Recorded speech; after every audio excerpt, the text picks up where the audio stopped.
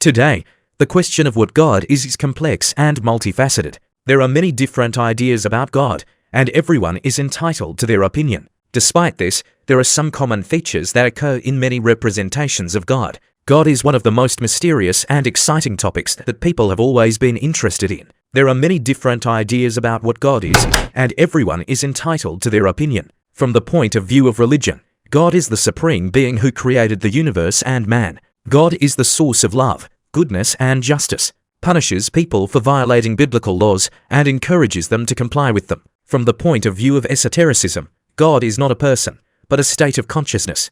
God is the source of everything that exists, which is inside every person. From the point of view of self-knowledge, God is something that we can find within ourselves. When we discover love, kindness, and compassion in ourselves, we get closer to God. One way to understand what God is to consider Him as the laws of the universe. The laws of the universe are immutable rules that govern everything that happens in the universe. They are the basis of everything that exists and determine the order in the universe. God as the laws of the universe is what makes the existence of the universe possible. Without the laws of the universe would be chaos. Another way to understand what God is to view Him as absolute goodness. Goodness is something that brings happiness and satisfaction. It is the opposite of evil, which brings pain and suffering. God as the absolute good is the source of all good in the world. He is the purpose and meaning of human life. God can also be considered as the supreme intelligence. A higher mind is a mind that transcends the human mind. He has a complete understanding of all things and is able to control all processes in the universe. God as the supreme mind is the one who created the universe and man. He is the source of all knowledge and wisdom. Finally, God can be viewed as an infinite source of energy. Energy is the basis of everything. It is what moves the universe and gives life to all living things. God as an infinite source of energy is what gives life to the universe. He is the source of all movement and development. There are many proofs of the existence of God, but they are all tactful enough not to impose themselves on those who have no desire to understand them or simply do not have enough life experience or thought experience to see their rightness. The most traditional argument points to the reasonableness of nature as a manifestation of creative intelligence. Imagine that we found a log house in the forest. Would it occur to us to say that hurricanes just happen here often and one of them tore out several trees, twisted them, cut them, sawed them, and then accidentally folded them in such an order that a log cabin appeared, and the hurricanes of the following years accidentally inserted window frames and doors into it, laid floors, and put a roof? There is hardly such an evolutionist. But after all, the structure is not like cells, but even DNA molecules are incomparable in their complexity, not only with a forest hut, but also with a modern skyscraper. Is it wise to persist in the belief that many blind hurricanes have created life? That's what Shakespeare's medicine man could say. Take a little dirt, a little sun, and you'll get a Nile crocodile. But today, using reason to try to prove that there is no reason in the world is not a very reasonable occupation. Darwin's theory of evolution proved only one thing: his boundless confidence in his own merits.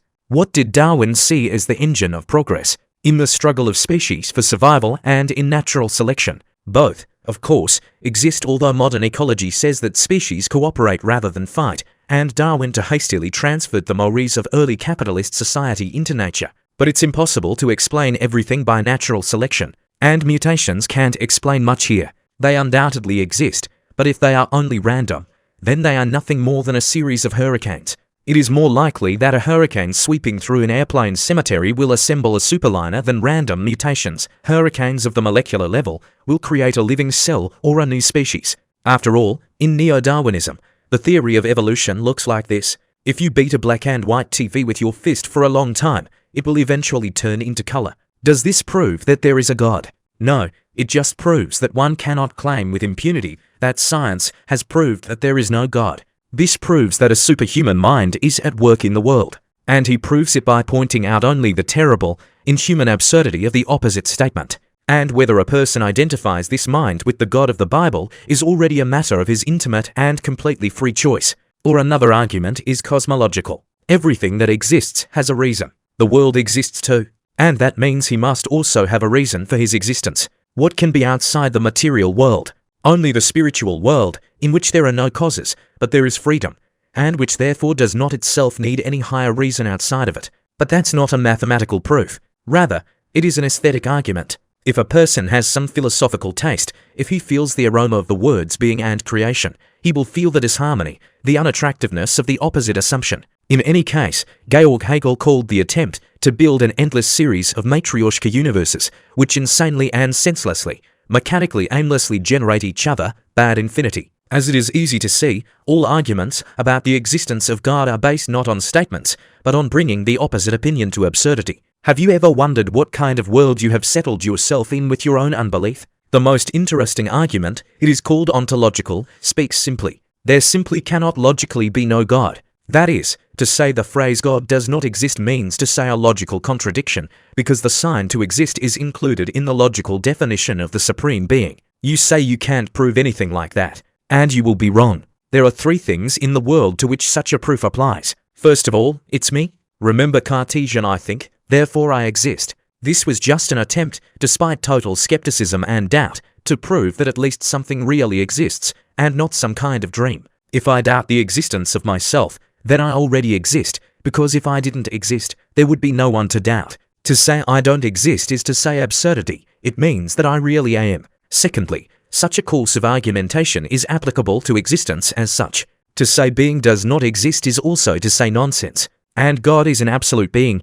and to say about him absolute being does not exist is nonsense to an infinite extent. Einstein's arguments are also understandable only to people with a culture of mathematical thought. But in the end, no one can be forced to think logically and reasonably. Nothing happens in the world without a reason. The principle of determinism, that is, cause and effect relations, is the most general law of the universe. Man also obeys him. But that's the thing, not always. There are cases when a person acts freely, not automatically forced by anything. If we say that every human act has its own reasons, then it is not people who should be rewarded for their exploits, but these very reasons.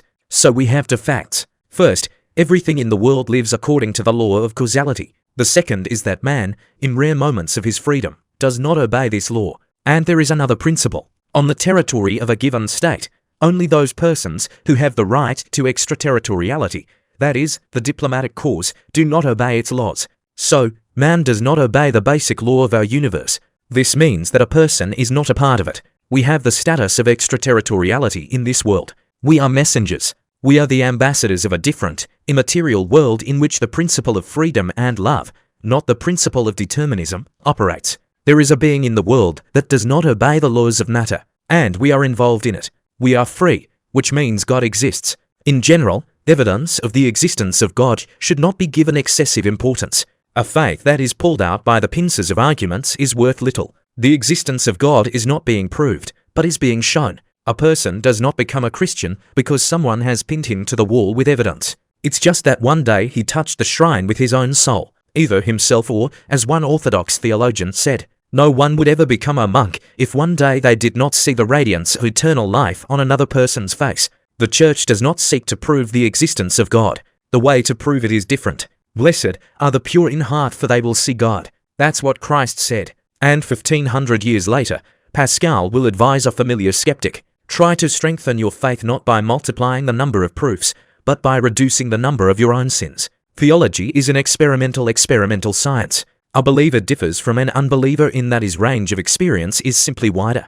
This is how a person who has a musical ear differs from a person who cannot hear the harmony of consonances. This is how a person who has visited Jerusalem himself differs from a person who claims that such a thing cannot happen, because Jerusalem and what is told about it is a myth of ignorant medieval barbarians. If a person has the experience of meeting, how much is changing in his world? And if he loses it, how much fades?